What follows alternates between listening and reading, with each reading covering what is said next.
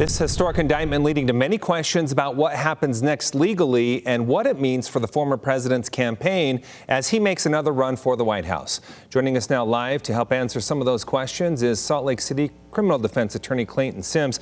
Clayton, really appreciate your time tonight. Let's get into this Law 101 style. First off, tell us what an indictment is and how grand juries come to the conclusion in this process. Right. So the indictment is just the beginning of the case. We're at the start of the case. It's a formal presentation. It's just simply a piece of paper telling you what you've been charged with, what are the elements of the offense, and that right now is sealed, and it'll be sealed until Trump's first court date. When you take a look at the process of going through a grand jury versus just the district attorney making those charges himself, what factors play into that?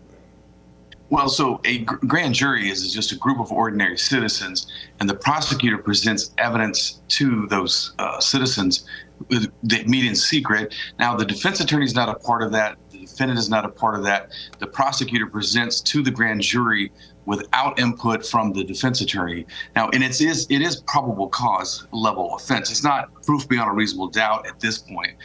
So in order to indict someone, you just need probable cause. So what are the next steps we should be watching for here? Well, Donald Trump has to surrender. Fortunately, he wasn't, arrested by surprise. He's going to have to go into New York and get a mugshot, be fingerprinted, potentially handcuffed. What's interesting is that during this whole process, he'll have Secret Service protection. He's still a former president of the United States. And during that process, as he walks through and gets a mugshot and goes through the process, he'll have Secret Service protection. Yeah, this is uncharted territory that we're getting into, as we have mentioned the historic nature of this.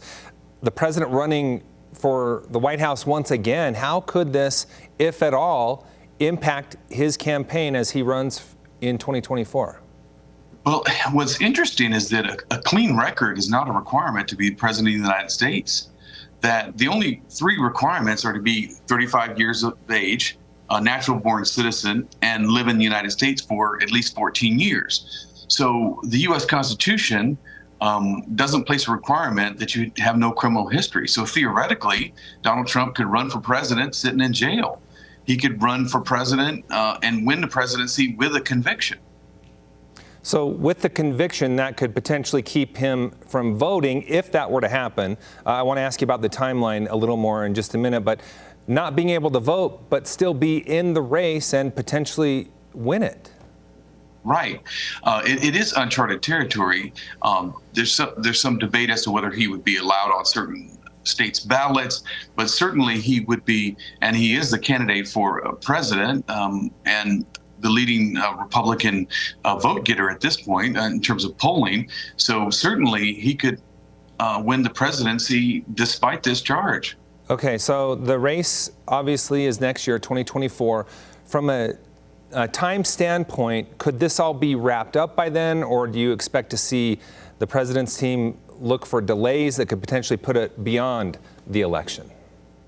Right, it theoretically could take longer than 2 years. There'll be motions to dismiss, there'll be legal filings, certainly investigation on the defense side, requests for documents, requests for information. So it theoretically could take and push it into the next election cycle.